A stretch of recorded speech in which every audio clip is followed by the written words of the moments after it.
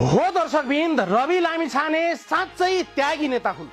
द्वन्द्वकालमा नेपाल त्यागे, नेपालसँगै नेपालको नागरिकता त्यागे, अमेरिकामा श्रीमती त्यागे, पहिलो श्रीमतीबाट जन्मेका सन्तान त्यागे, खैरेनी केटीसँगको सम्बन्ध त्यागे, केही सिप नलागेपछि अमेरिका त्यागे, टेलिभिजनमा चर्चा कमाएपछि न्युज 24 त्यागे, डुब्दै गएपछि ग्यालेक्सी 4K टेलिभिजन त्यागे, सहकारीको पैसा गोर्खा मिडियामा झ्वाम पारेर पत्रकारिताको मर्यादा त्यागे, जीवी राईसँग मिलेर हजारौं सहकारी पीडितको घाँस र बास त्यागे, नागरिकता काण्ड आएपछि मन्त्री र सांसद पद दुवै त्यागे, फेरि नेपाली नागरिकता लिँदा अमेरिकाको नागरिकता त्यागे, आफूमाथि अनुसन्धान भइरहेकै बेला गृह मन्त्रालयको कुर्सी ताकेर नैतिकता त्यागे, म निर्दोष छु भन्दै लाज शरम सबै त्यागे, गर्मीले सताएपछि भैरवा जेल त्यागे, जेनजी आन्दोलनमा नखु जेल त्यागे, अहिले फेरि प्रधानमन्त्री पद त्यागे, अझै के त्याग्नु पर्ने हो त्याग्ने नै छन्। त्यसैले रवि लामिछाने यो धरतीकै सबैभन्दा चतुर त्यागी नेता हुन्।